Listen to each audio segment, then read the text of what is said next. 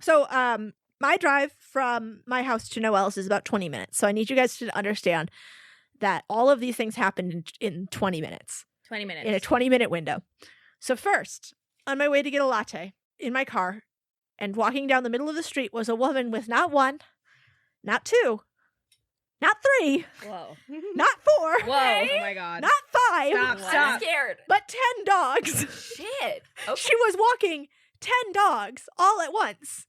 Of varying Cat. sizes. Of varying I assume? sizes. 10 dogs down the middle of the street. Oh my god. Wait, like the road? Yes, the middle of where my car was. Dude. And I had to, and she did not fucking move out of the street as my car was coming. So I had to slow down to 2 miles a fucking hour and crawl behind this woman and her 10 dogs. Her army of dogs. 10, What it was the on like one of fuck? those like octo leashes, but there were 10 of them and they were all clipped to her waist. Damn. And and they just like encircled her. Like it was, a parade. it was, I mean, like, it sounds like a good life, but also, That's dangerous. you need to follow traffic laws. Yes. I've literally held both Googie and Riot before on a leash. Yeah, that's it's like hard. exactly the And it same. was really that's what I'm saying is like that was fucking difficult enough. No, it's true. It's true. 10? Yeah. That's 10. crazy. That's fucking insane. 10 dogs. It's like performance art. Yeah. Nintendogs. No. I remember Alright. those days. You guys suck. I hate you guys. I hate you guys so much. Yeah, do you ever just What? feel so safe and heard loved it. by your friends? What? What kind of reaction were you expecting? I expected you guys to like start screaming. I expected gifts, praise, adulation, and gold. So the second thing that happened, I just appreciate how safe you make me feel. Shut the fuck up. second thing that happened, also weirdly related. This is thematic. The third thing is not thematic, but the second thing is thematic. Okay. I was on the freeway, Okay. and there were Oh, two. No, And there were came 10 back. dogs. No. No, I was on the freeway, and I saw up ahead like two cars had gotten into like just a fender bender or something. So they had pulled off to the side of the road. So I of course pulled way over because they were like on an exit ramp. So I like pulled sort of way over on the exit ramp. And as I was going, I glance over at this accident and I see this little white dog just fucking book it down the freeway. And I was like, oh no. And my first instinct was slam on your brakes and go help that dog. Yeah, I've been there. And then I remembered I'm on the freeway and I'm going 50 miles an hour. So I didn't help the That little was dog, so but- irresponsible of that dog to be driving like that. Like, I know. I know. and then to just run. And then to just literally I know, Without even, I bet, exchanging information. No. No, Well, I mean, yeah, clearly absolutely. not. It was clearly his car that had been the aggressor in the accident. You know, and that just Such goes a to show shame. you that sometimes those cute little white dogs, they really are capable of great evil. They really are. Yeah. They really are. But quick prayer for that white dog. I Yeah, hope he's yeah, okay. Yeah. So the third thing, and this only actually have a question because Noelle, you may know more about this because I was on the river road coming up to where you live, Mhm. and I passed by this car dealership, and they had a whale car in the parking lot. Whale? I've seen that whale car before. You've seen the whale car? What Okay, does that I thought I was mean? going insane. No, No, it's there. it's there. Yeah. What does that Is it- mean? What is a whale? Like, feel like literally- it Sorry, was what do you gone. think it means? I feel like it was gone for a long Like- time. As the whale car return, It's has he come back. back for It's us? back, Is yeah. it Like like a literal is it whale? cartoony? Like, what are you Is talking it- about? Is Yes. Does it have a tail? Yes. I mean, I don't know. Does how it that have would a work. mouth? Yes. Okay. Is the whale on top of It the has car? all the parts No. of the whale. Does It- it have a the mouth? whale is Can the it car. scream? The whale Do is you the have car. what kind of whale is it? Like I don't know, a cartoon whale. Like a Beluga? blue one or like a beluga? killer whale? A blue whale. Yes. Yes. Wow. And it's Wow. and it's like the whale's mouth is open and the windshield is inside the open mouth of the whale. Whoa! And it's shaped like a whale and So it's not a car. only does it have a mouth, but it is screaming. Mhm. It has a Facebook group. Oh my god. Oh my god! I'm amazed with how quickly you pulled that up. Oh wow. Oh wow. Yeah, there he is. Okay, is that It's not a car. That's literally That just can't a be, whale. like- There's a car inside. There's a there car is inside. not. I saw the car inside it. that can't be legal to like drive. Let me see that. It's Let at a me see car that. dealership. It's at a car It's dealership. for sale. Let me Shut up. fucking see that. There's no rear window. Juniper, how much money do we have in the Dames Bank? Oh Can we, wow, there you go. We have, I think that's probably enough money to buy that car. do you think so? Well, so those are the three things that happened to me in the 20-minute drive that it took for me to get Wow. from Minneapolis to St. Paul. Wow. So, You really went through an odyssey I to went get through here. it. You Fucking did. There was a Odyssey. whale and everything. well, yeah. So that was my odyssey this morning, and now we're here, and now let's play D&D.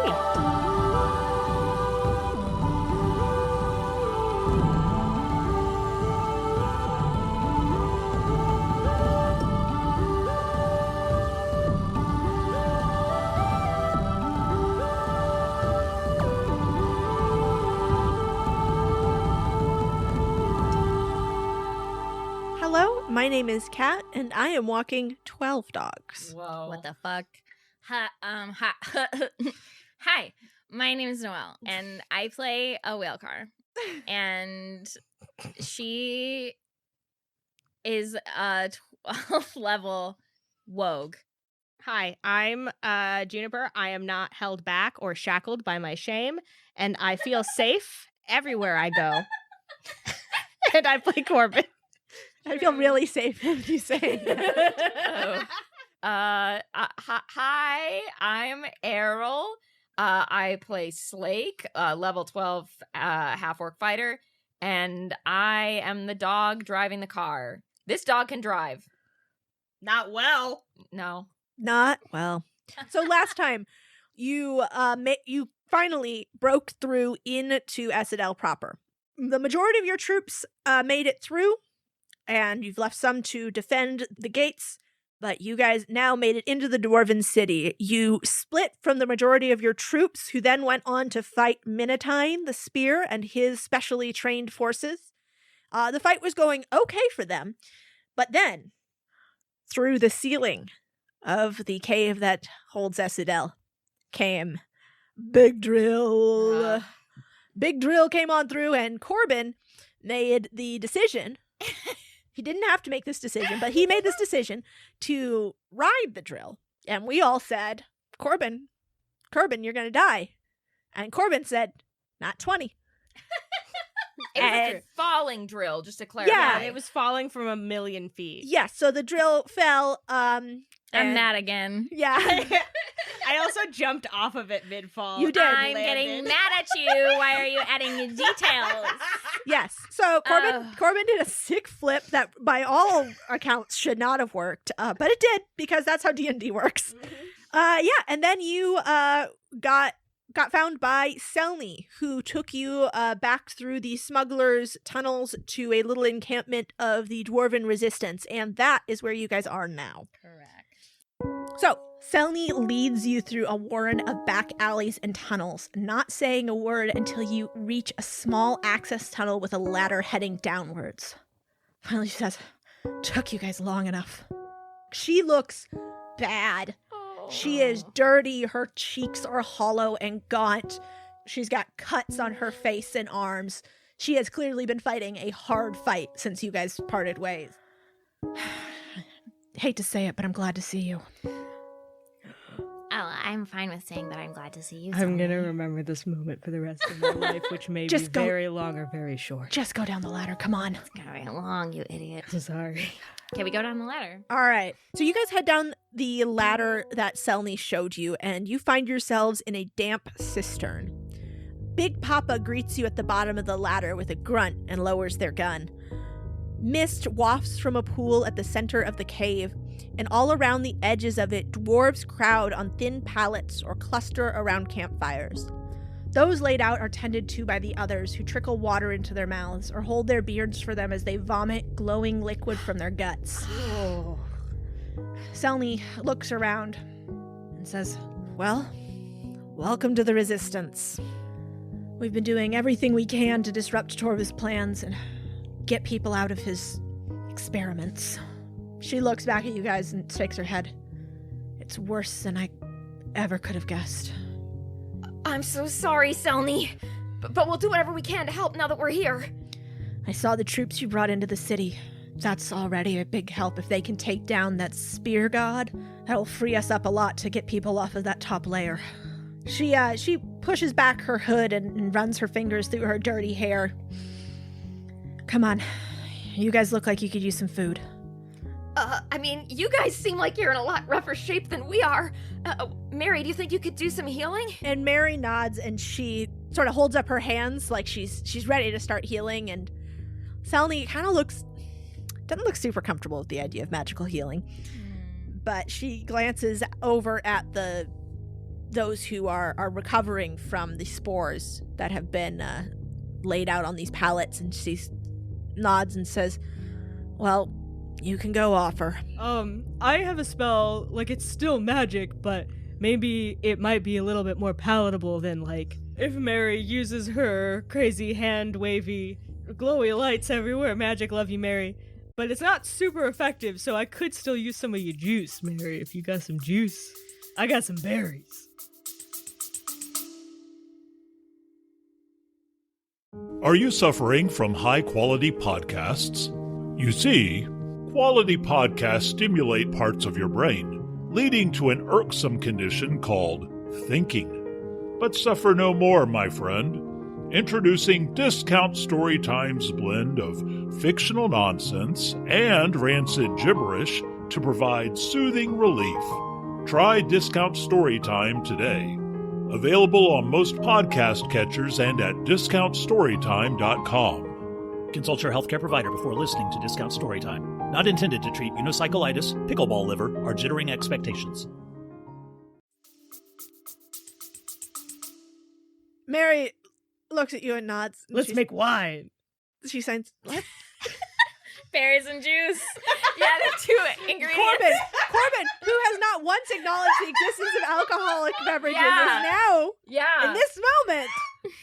In this moment. And he clearly knows exactly how it's made. There's a lot of things that Corbin doesn't People acknowledge but change. knows. People change. This is called I don't even evolution. know Maybe you this is anymore. character development. All right, so Mary nods and then signs. I don't think that's how wine's made, but okay. Oh, I've never had any, so I wouldn't know. Yeah, Corbin. Yeah. Okay. Mary comes and puts her hands on your shoulders. Okay. And Corbin casts Goodberry. He holds up his wait. Actually, before he does that, he says, Somebody put a basket under me. I make a basket Okay, thank you, Fran. And and Corbin, act as if I'm pulling it out of the bag of holding. Corbin, is it a real basket or is it illusion? It's a real basket. It's a real basket. Corbin puts his hands over the basket, and then he casts Goodberry. And his hands begin to overflow with berries. And then the basket is like full ass, dude. Full Like, ass. bulging. With berries. A big berry bulge. And they're ready to go. And Mary takes the basket and looks down at them, then looks at you, Corbin, and signs. I think it's better if they don't know where these came from. No, I don't think we should tell them. We just say it's like a medicinal berry that you've been cultivating Yeah, we brought it from the surface. from the surface. Yeah, Mhm. yeah, but no magic. Mary gives a thumbs up and then goes to distribute berries. Nice. Thanks, Mary. Is it cool if I grab a couple of those, Corbin? Yeah, I mean they're free, baby. They came from me. That's a way of putting that. Okay. Why are you talking like an old jazz wizard? To create the gooseberries I drew from my own life force. Okay. I've aged 30 years. All right. Slake, how about you roll? Let's do 2d10.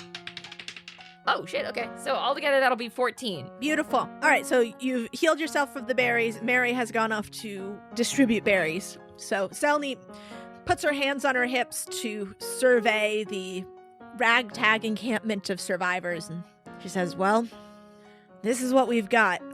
Everybody who stayed behind and those that we were able to free, we've made this our base of operations best we can. I don't think Torva knows where we are. I kept my smuggler's tunnels a pretty close secret. Taryn was never aware of the specifics of where they went, and the king, well, I hope none of his memories survived whatever that wicked god did to him. In any case, we've been safe enough for now, but damn, I'm glad you guys are here. Oh, Don't make it weird. You're we waking. only make things normal. We like limp armedly like hug Selny. Yeah, we do. She does not enjoy it. Well, Yeah, well, She that's doesn't what have she's to. projecting outside of her body, but internally she feels safe. yeah, she feels safe. we make people feel really safe. Okay, get off me. Get off me. Okay. So how many people are there, Kat? In this cistern, Yeah. probably maybe like 75 people. It's a pretty big cistern, but of those 75, maybe half of them are Able to fight still? yeah. There, a lot of them are people that are still sick, Okay. and are healing. Okay. So Selny, we do want to kill that god. We need to. So where is he? Well, the bastard has set himself up down in the Tidecairn, which is annoying because he, of course, was smarter than every dwarven king that's come before, including my husband, who I told many times that the lowest tier of the city is the most defensible, and that's where we should set up our government. And he said, no, the highest tier is the prettiest, and that's where I want to be. And now, look where we are. That's a great point. Yeah, I mean, wow, I bet he feels really stupid now. Wherever he is. Alda pops up from where she was working on a gun at a work table nearby, and she says, well, when you're king, Selni, you can put the castle wherever you want. So true, Selni, so true. That's true. When you become the king, you can move it. Yes, only. You're so wise, Falda. Wow. And Selni just rolls her eyes, but she does not deny it. Yeah, that's Nice. right. That's right. That's progress. Yeah. Anyway, that's where he is. He's down in the Tidecairn, and he is working on that horrible monstrosity of bone in the open now. He's taken over the entire level to build that thing. Do your smuggling tunnels extend that far? They used to. And she indicates a map that's spread out on a table in front of her that shows the dwarven warrens and various little red lines that have been drawn sort of outside the bounds of the map, indicating where her smuggling tunnels have been. However, everything below the red tier is X'd out or scribbled over or gone. And she indicates and says, we've been using the tunnels to get around to disrupt his shipments of whatever he's been harvesting from the citizens. We've disrupted it, destroyed it, or stolen it.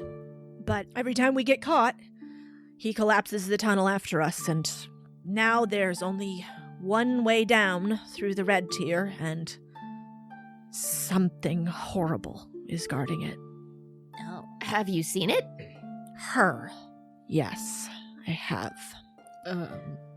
Who is she? I don't know, but whoever she is, she doesn't, look well. Person-shaped, creature-shaped, how many legs, how many eyes? A woman. Has a sword, Yes. tall, armor. Yes. Oh. Doesn't look well. So Loria's all fucked up because of Torva too. Yeah. Is that her name? If we're right about who it is, which we probably are. Does that mean she's become more of a monster? No, yes, actually monstrous. That is a good word for it. She just... Anything we've sent down to try and get past her, she has dismantled. Everything, everyone we've tried to send against her has ended up dead in seconds. So, unfortunately, she taps the spot on the map that is marked with a big red X. It says, you're gonna have to go through her. Well, he fought her before. Well, hopefully, she's weaker than last time. But if Loria's guarding that tunnel, that means when we start to come through there, Torva knows that that's the only way in. So we can assume he'll be waiting for us on the other side. That's a good assumption to make, although I have noticed that there seems to be some breakdown in communication among Loria, if that's her name, and anything going on in the tiers below. It seems that she is, I don't know, I couldn't fathom a guess, but it doesn't seem like she's doing a lot of communicating. Seems that she's doing a lot of sitting there, staring, unblinking and unmoving. Kind of, what did he do, like lobotomize her? It's fucked up. Selni shrugs. And Falda makes her way up from where she was working and says, I don't know exactly what's going on with her, but she is fucked up. So if you guys can put her down, it'll make our lives a lot easier. Once she's out of the way, I'm sure we can get down the rest of our fighters to back you up on whatever's below her. Selni nods and she says, right, and if you're fast enough, nothing that's below her may notice what's going on before it's too late. But I think if you have a long, drawn-out fight with her, there are other sentries that might notice what's going on. If only we could make a different tunnel. If only we had some kind of medium-sized drill. I can't believe we thought of all of this and not a medium-sized drill. And Selny shakes her head and says, unknowing of anything that you're talking about, she says, unfortunately, all of the mining equipment is stuck beyond that choke point. Are you saying that you have a medium-sized drill, though? Why wouldn't they have a medium-sized drill? How do you think they made this place? Okay, Fran, well, there's no need to take that tone with me, okay? Well, you took a tone with Selny, so I took a tone with you. I think I'm on Selny's side. Selny and I are friends. Oh my god. How Selny dare rolls you? Selny rolls her eyes and says, we don't have time to be arguing about tone.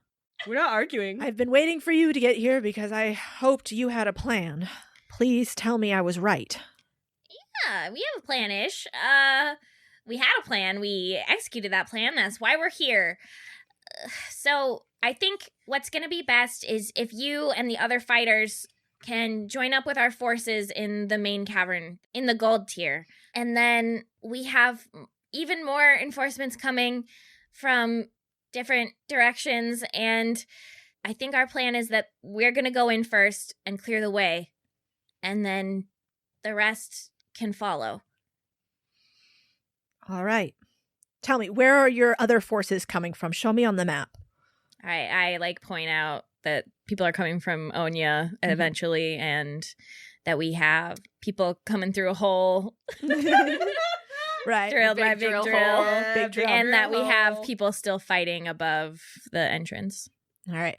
And Selny taps the rail line to Onya and says, shit, that got blown up a little while ago, but Falda nods and says, got it, I'm on it. She gives you guys a little salute and says, don't worry, me and my people will make sure that your troops get through on that rail line. We've got some tricks up our sleeves. Oh, yeah. Thank you. Papas to me. And, Oh, the papas. and the papas come, both toting out their big guns and their big guns. And Can you just imagine the power of being like papas to me? Yeah. And then they come to you like all right, and so Falda and the papas head off to go make sure your troops who came in via Onya are able to make it in time.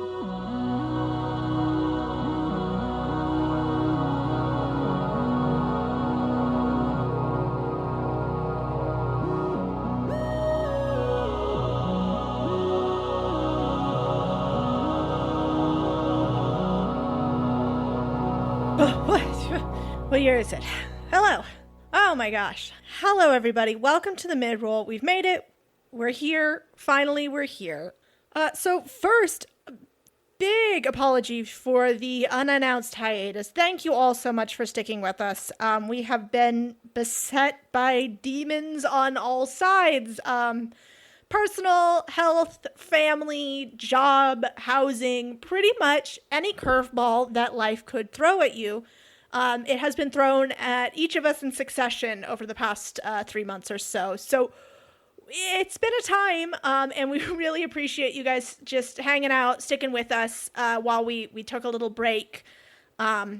Trust us, we were, during that entire time, trying to get an episode out, but the demons conspired against us. So we are glad to get this out now. I'm not going to say we're going to get back to a super normal schedule imminently, but hopefully soon.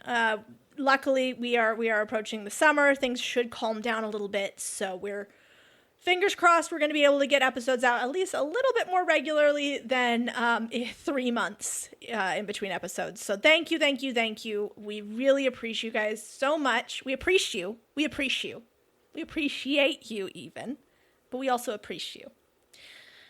So speaking of appreciate, I'm going to shout out to those who have donated to our Patreon in this time that we've been on a break. Thank you so much to Alexander, Melissa, Little Timmy, Miss Carter of Mars, Dalek Prime, Beetle Boy, Kimberly Wallace, Rory, Stephanie, Hectic. Thank you all. Thank you all so much. It truly blows me away that you guys stepped up and joined our Patreon even while we were out of the office, so to speak. So my second round of thanks then goes to everybody who reviewed us while we were away. Reviews mean so much to us, and we really, really appreciate them. We look at them all the time. We hoard them. We, in fact, have printed out all of the reviews, and we roll around in them in a big pile like Scrooge McDuck, except it's with printed out reviews. So that is going to be a big thank you to Jacula, to Dope Dude 12, and to Bag of Teeth. Thank you guys so much for reviewing us. We really, really appreciate it. Now, let's see, what else do I have here in my old mail bag? My old bag of tricks here. Let's see, what does it say? This is from Mike Shea. And Mike wants to tell us all about his new Kickstarter. So our message from Mike is as thus. Hey everyone! This week we wanted to introduce the new Kickstarter project from the Maniculum podcast, launching June 1st of this year. The Marginal Worlds Kickstarter is a deck of 50 easy-to-play magic items pulled directly from medieval manuscripts that you can play in any TTRPG. The deck includes 50 system-neutral magic items with easy-to-play descriptions, quick-play icons for features such as cursed items, sentience, or high-level play, excerpts featuring each item in its original medieval manuscript, a detailed Game Master's Guide with additional descriptions and lore, gorgeous hand-illustrated manuscript art, systematic, consistent, and easily adaptable game design made by award-winning game designers, a complete D&D 5th edition appendix, 3 additional optional play appendices, and a detailed glossary of their medieval sources. So, if you're looking to dazzle your players with magic items once hidden for centuries in ancient tomes, sign up on Kickstarter or themaniculumpodcast.com to check out the sample cards, playtest them yourself, and to bring the magic to your table on June 1st. That's Maniculum, spelled MANICULUM, podcast.com. I had to look it up. I wasn't quite sure how it was pronounced or how it was spelled after I heard it pronounced. So hopefully that helps you. Go check them out. They make cool stuff. So really enjoy that. All right. Last thing I wanted to do was just give a big plug over to our folks on the Legend Lark Discord. Did you know we have a Discord? It is entirely fan-run. It is entirely fan-occupied space. We check in there from time to time. We make announcements there. That is probably the best way to hear announcements now that Twitter's gone down the jitter. So if you want to check out Legend Lark on Discord, please look us up. It's a really fun community. Hopefully it'll help cure your doldrums between episodes as we work as hard as we can to get them out to you guys. We are so close to the end. We are, as of me recording this, we are 2 to 3 sessions away from our final recording session for the Dames and Dragons arc, which is absolutely insane. And we're really excited to share that with you. So stick around. It's coming. We're doing our best here. And in the meantime, our message to Chantel. Chantel, I hope you're having a good summer. It's just the beginning of summer. So I hope you will have a good summer. I'm writing it in your yearbook. Hags, have a great summer. The code word is avocado arms. The sleeper agent is active. Go.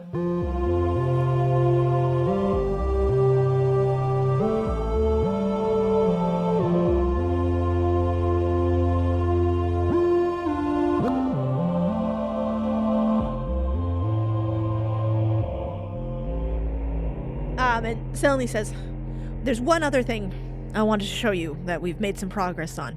And she beckons you guys over to a little sort of workshop area where there are a bunch of samples of glowing bones that they have intercepted from Torva.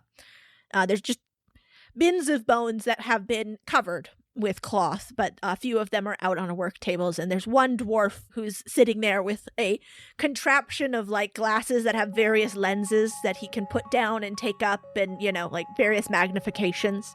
He's a little small for a dwarf with very wild rainbow dyed beard and completely bald. Ooh. And Obsessed with him. he looks up at you guys, and Selni says, "This is Torio, and he was working in the Titacairn as a... What exactly were you doing?" And Torio said, "I was an underutilized resource And Selny nods and says, yes, because I was guarding the doors. Oh, I wonder if we ran into you. And Torio looks at you and looks over the top of his glasses and says, you did. Wait, Oh. no, that's not possible because I would have remembered you. Yeah, like your look Your is look so fire. amazing. This is recent. And he strokes his beard very, very proudly. Oh, well, Yeah, it looks great. choice. You look great. Thank you. The Titacairn was a regressive organization that did not allow for personal expression. So fucking true. Lady Selny is much, much kinder and more willing to listen to reason and let me experiment. And I have found something very interesting. Oh, really? Yes. And Selny says, interesting, yes. I don't know if it's useful, but I thought I'd let him speak. And Torio nods and he says, now these, and he points to the bones, are what Torva is using to transmute his desires into the world in the form of a big, scary dragon thing. However, I have found something very interesting about this process. You see, it is very similar to, and he pulls out a chunk of, like, slag metal. And you immediately can tell just the auras radiating off of it. This is cold iron. And he says, it is similar to this. And now, however, where the cold iron, it's simply dispels the magic that it absorbs. These bones, and he taps them, absorbs the magic and eats it. Stores the power inside of itself. You see? It is alive. Are you saying we should eat the bones? Eat the bones. Because I don't think I'm ready to do I that. just don't think that's what he's saying. He's saying the bones are gonna eat us. Wait, are you saying that bones... Wait, are you saying magic is alive and it's in our bones? No. Well, not your bones, just these bones. I cast like a shower of sparks on the bones. What happens? The sparks all are just absorbed into the bones, like the bones are a black hole. Oh, so if we use magic on anything that has these bones, it's going to get stronger and it's not going to hurt them. Correct. Sorry, I what I said was dumb. Is it like magnets? And Torio looks at you, and then he looks over at Selny, and Selny just gives a very tired nod and says, "Just don't judge the books by their covers Or their interiors. or Their interiors. Don't judge the books at By all." their first few pages. In fact, you simply shouldn't judge books because they're all really worthwhile once you just accept that someone took a very long time to make them. I immediately thought of several counterexamples. Well, nobody asked you, did they, Fran? Anyway, Torio, that's really useful information. Thank you. Do you know, I mean, since you worked in the Titacairn, do you know anything more about this dragon creature Torva's making? Like what elemental magic it might be using? Oh, I was unfortunately underutilized Oh, right. and not taken into confidence on those things. But I can tell you this much. I don't think he's making a real dragon, if that makes any sense. Like he's not creating a dragon that already exists, or No, he's making something in the shape of a dragon that will do things that dragons do, but I don't think it's really... How can I put this? It's a weapon, not a creature. So At least that's what I gathered from the things that I heard. So it's like not alive. So he's making like Mecha Godzilla. I don't know what that means, but sure. If that's a metaphor that speaks to what I just said, maybe. I love that. Thank you, Torio. Well, I wonder what that means for us. What about cold iron? If it absorbs magic, what if we just make it? What happens if you put those together? Yeah, I ask Torio. And Torio shifts a little uncomfortably and says, well, I'll be honest, I haven't been able to do many tests considering that our magical abilities down here are rather limited, but let's give it a shot. So Torio takes this chunk of slag cold iron and he sets it on top of the bones and puts his hands back. You wait. And nothing happens. And then they burst apart. Oh! Wait, the bones do, or the cold iron and the bones? All of it. And everybody, please make a dexterity saving throw. Oh, we made a bomb! I got a 16. You got a 16? I got an 18. Okay. I only got a 5. Okay, Slake. Oh, no. You are going to take a cool 18 damage. Corbin and Fran, you are going to take half of that. Half of 18. I assume that I'm, like, blown back by the force of this explosion in that case. You are blown back 10 feet. Oh, my God. Jeez! And Torio, he ducked under his desk when this happened. And he peeks his little head out and goes, well, I'm glad I didn't try that before. Oh my god. And Mary rushes over to you, Slake, and she is laying hands on you. She heals you for 12 healing points. Oh, thanks, Mary. I love shrapnel. And she's picking shrapnel out of you. And she's saying, what happened? I turned around for 10 minutes. Fran has gotten out her magnifying glass to be like Torio, and she's like looking at the bone fragments to inspect them. Oh, Torio is right there with you. He is looking, he is picking up, he's got tweezers, he's sharing his tweezers Nice. and his swabs, and he's got little alchemical things. Why don't you roll an investigation check? Okay, I do it with an advantage because I used my thing. Yes, good.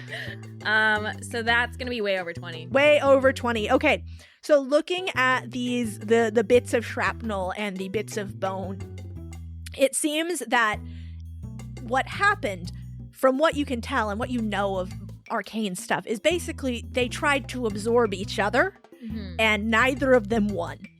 Okay. So they just burst apart. They just ripped each other apart trying to absorb each other. Okay, so if I like cast a shower of sparks next to the bone fragments, they still absorb magic, but they're just little fragments now? Yes. Yep. Okay. Because you got like way over 20, I'm going to put this out here, that because they are trying to absorb each other, that means there is some latent magic in them.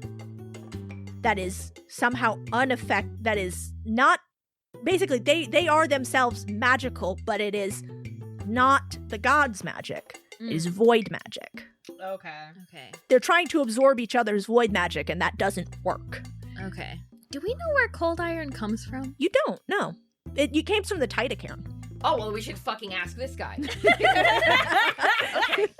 Yeah, I say to him, like, so I know where the bones come from, obviously, but where does this cold iron come from? We keep coming across it, but I don't know how it's made. It was the crowning achievement of this century in the Titacairn.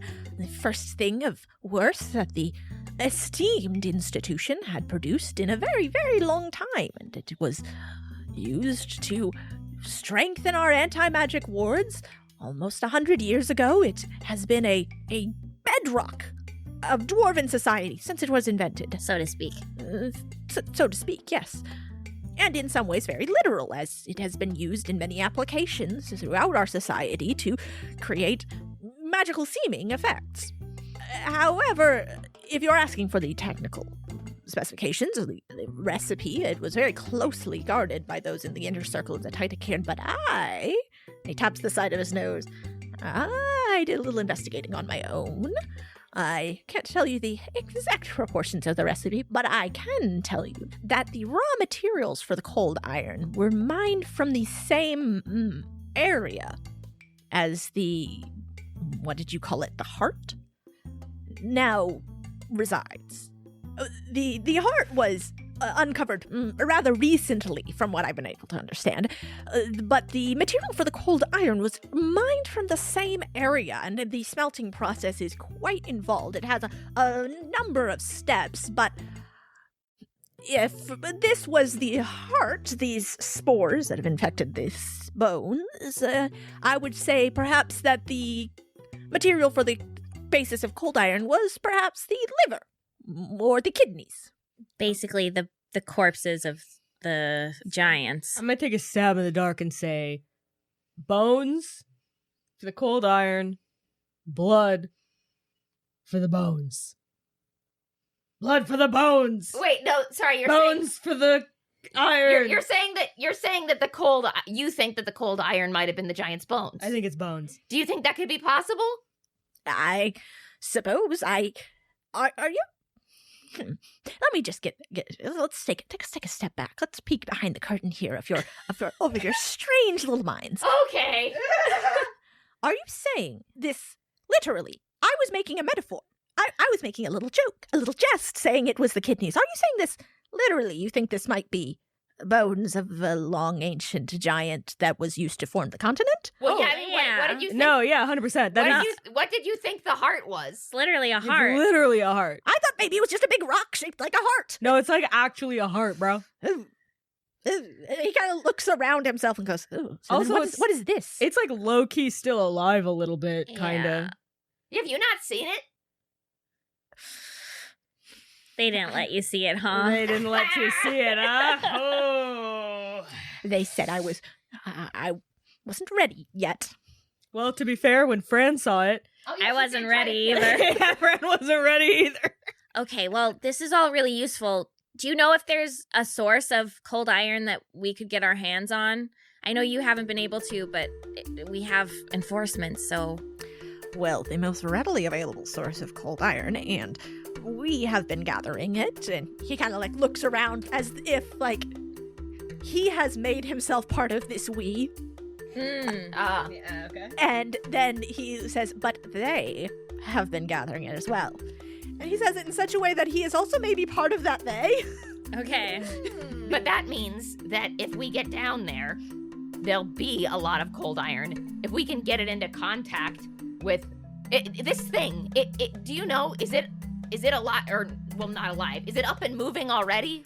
No, it is still quite inanimate. But what I was saying, to be clear, there is cold iron distributed, and he kind of motions to the slag, everywhere, after the dragon attacked and melted it all down from the ceilings above us. Right. So you may find some just laying around if you're lucky enough. Okay. I turn to Selny. I think if you and our other enforcements could collect all that you can, we'll also see what we can get further down. And Mary signs, let me write a note.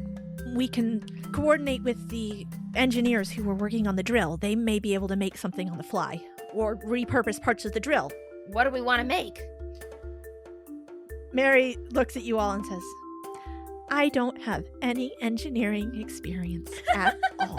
But I think our efforts are better spent dealing with Gloria. We can let our... and she glances at Torio and signs, esteemed colleagues, worry about turning this iron into a weapon. Okay. And she nods, and Selny says, here's some paper, and Selny looks around for a pen, and, like, the only one that she can find is one on Torio's desk that is, like... Is it hard to grip? Is it shaped like a novelty Yeah, item? it is a novelty Hungry Boy pen. Go. It's shaped like a spoon. But, like, the pen part doesn't come out of the handle of the spoon. It comes out of, like, the bowl of the spoon. Mm-hmm. So it's very hard to handle. And Mary looks at it, and she signs, I don't understand why you'd make a pen like this. I need that pen. And Torio says, that is my only pen. You better not steal it. I won't take it because I respect a fellow hungry boy fan, but I would love to know where you got it. We found it in the rubble. They were discontinued. They were discontinued many years ago when the last Hungry Boy went out of business in Essedel. This is my prized possession. And Mary finishes penning her note and hands it back to him. He held it to his chest. It reminds me of better times. I'm happy for you that you have such a blessed item. Corbin turns away and his face is like covered half in shadow. Mary pats you gently. Corbin says, it's okay. We can search through the rubble. Maybe we'll find another one. They're discontinued, Mary. But thanks. Kat, actually, I'm wondering, would it be possible using, like, the resources in this little cistern and Torio's whatever to make, like, bullets for my gun that have, venom? Oh, Castra Venom. Oh, yeah. Because we don't really have a delivery method for those right now. Yeah. Mhm. We just have vials of venom. That's a good idea. Okay. Yes, I will say yes. However, Mhm. you have one vial of that poison. It can only be like divided into 2 bullets, right? Yeah, I think that feels good. Yes, working with Torio, but I will have you. Let's just do an intelligence roll. Okay. Um, To figure out a good way to do it. yeah, and that's gonna if depending on the results of your roll, you will get either 1 or 2 bullets. And All I'm right. gonna set this. I'm gonna do out in the open. This is DC 15. Okay. Yeah. Okay, so I want to like get Torio's ear for a second, Mhm. and I pull out the vial of Costra poison. And that you have had, and I want to remind the listeners of this since Arc 2. Yeah, we got it from Torva's jaw, Mm-hmm. and I kind of struggle to outstretch my hand towards him because it is like so valuable.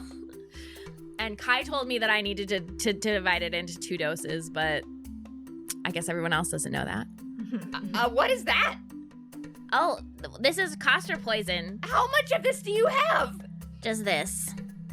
Oh, so you've been saving it for Torva? We don't really have a way to deliver it into Torva as of now, so I was wondering. And- Torio's eyes are already alight. He goes, you need a delivery method for a poison. Yeah, I pull out my gun and like I open up the barrel and take out a couple bullets and I say, "Could we put it in these?" Torio looks a bit disappointed. He goes, yes, I suppose that will be the most expedient method if we don't have time to build a device from scratch. Though if we did, I could do something very interesting with some needles.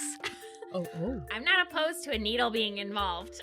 And Selni clears her throat and says, Torio, how long would that take? And Torio says, oh, not that long, only a matter of days. Okay. Yeah, I don't think we have that long. What can we do quick? I can help you think of ideas. Yes, let's put our heads together. And he motions you down. Oh, yeah, I put my head like against his head and I'm like, yeah. Yes. All right, roll me an intelligence. Okay. You got this. All right. So far I have 12. Okay. All right, it's a DC 15. And I am thinking and then I'm like, oh God, I don't know how to do this. I look at Mary in panic. And Mary nods and she casts Bless upon you. Mm-hmm. Corbin touches your cheek, the side of your cheek. He cups your little cheek, and he says, "Here you go." He has cast guidance on you as well. Guidance. Wow. Okay. Mhm. All right. Oh God. All right. Okay. So one of them is a 2. Okay, all So right. now I'm up to 14. You're up to 14. That's pretty good. Thank God you got both. And that's a 1. It's a 15. Oh. Yo! Literally, I rolled the worst I could have rolled. Wait, what did you actually roll? Is it A 2? 3. And I have +9 intelligence. Oh, God. So with the power of friendship, Ugh. you and Torio come up with a ingenious method of making bullets that break apart, that pierce and break apart, so that you can put the poison inside the bullet and it will pierce the flesh of your target, or the god, and then break apart inside them to deliver the poison. And we get 2 of them. You get 2 of them. Hell yeah, bro. Nice, Fran says, loading them into her gun. We got a spare. How's your aim, Fran? It's good. I've been practicing. Good. When? You don't know everything I do. I live I've with been you. practicing. We spend like every minute I together. practiced a lot when you were there. I didn't see it. I'm sure you'll do great, Fran, I say, and I rub your shoulder. I have the fullest confidence in you. So do I know so do you- I have the fullest confidence in myself. I know you've really been practicing a lot. Corbin. I'm sorry. It's that wizard. He's inside me. Okay, damn. I want to hear about what wizards have been inside you. I'm sorry. I apologize. It wasn't the time. Mary waves her hands and signs, okay. Well, all of that aside, do you think we're ready? No. So the bullets. Do we want to just plan to save them both for Torva, or? I suppose. I mean, I I don't think- want to use one and then I think not have it ready for Torva. if it looks like Lori is gonna kill us, It's a good thing to keep in our back pocket. Yeah. Mary Yeah, signs. like if we're like all about to die, Yeah. like it'd be good to have that. Yeah, Yeah. I guess if we're all about to die. But otherwise, I think if we can, we should save them both for Torva, just in case Fran's incredible strength I training don't appreciate and this. practice does not come through. Which I know it will. It's stupid to even Yeah, it's stupid to even bring it up. say that it might not. But So how do we want to plan this ambush? I want to look at the map that Selny has and see if there's any way that we can approach without Loria hearing us. So I will talk about what Selny can show you on her map. So Loria is guarding the only way down to the Tidecairn From the red team. from the red tier, and there's no other ways down. You have to go through her. And she has basically, and Torva's troops have basically created a funnel of death. There is, like, they've collapsed buildings, they've collapsed alleyways. There are very few ways to approach Loria other than just head on. The only way that Selny knows, and Selny can point out, is going over the rooftops. But she explains to you, a lot of the buildings have been collapsed. Some of those jumps, you know, they're not the narrow alleyways they used to be. Okay. Could you make us be invisible and then we just walk past her? I have to do everything around here. I'm sorry, Yeah, I but, can like, do that. you're the wizard. I can do that. I can cast Pass Without Trace on us. I have an idea for a distraction, but I feel kind of bad about it. Oh. Tell us what it is. Slake. Well, we know that Loria was really deeply devoted to Tenevine. If we made an illusion of Tenevine, Mary puts her hands over her mouth and then signs, "Oh no, that is mean." I love it. I mean, I don't feel good about it, but it would You're probably gonna make me do it too. Wow. Yeah, that's so fucked up, Slade. Look, I think it would be a really effective distraction. I mean, I think you're right. That's fucking dark. I think you're right. I think she's probably hallucinating Tenevine 24 hours a day. Yeah, dude. No wonder she fucking looks like that. We're gonna do this shit to her. Oh my god. maybe we could get her to back down. No, Maybe she's not gonna recover, bro. maybe if we had Tenevine, you know, beg her to stand aside. That's a good idea. We should neutralize her regardless, though. I mean, Mary signs, "That's Slake's right. If we don't neutralize her, then all of our Anyone reinforcements comes after. will That's get true. slaughtered." That's true. I just feel it sucks. Yeah. Mary nods and she signs, "I think it sucks more because we knew Loria as a person first." Yeah. Yeah. And she was so hot. She was so hot. She's really and hot. She's arguably hotter now. But I think you're right, though, that we should try, at least at first, to get her to stand aside. And if she doesn't, then she's made her choice.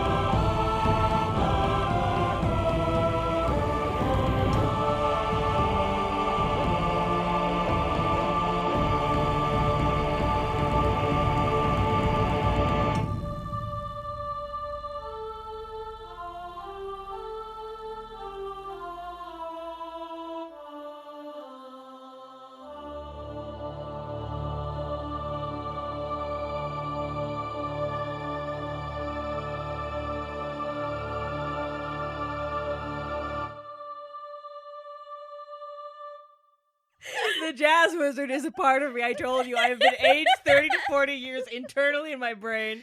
I'm a jazz wizard periodically from now until the day I die. If you don't like that, you can find a new friend, Fran.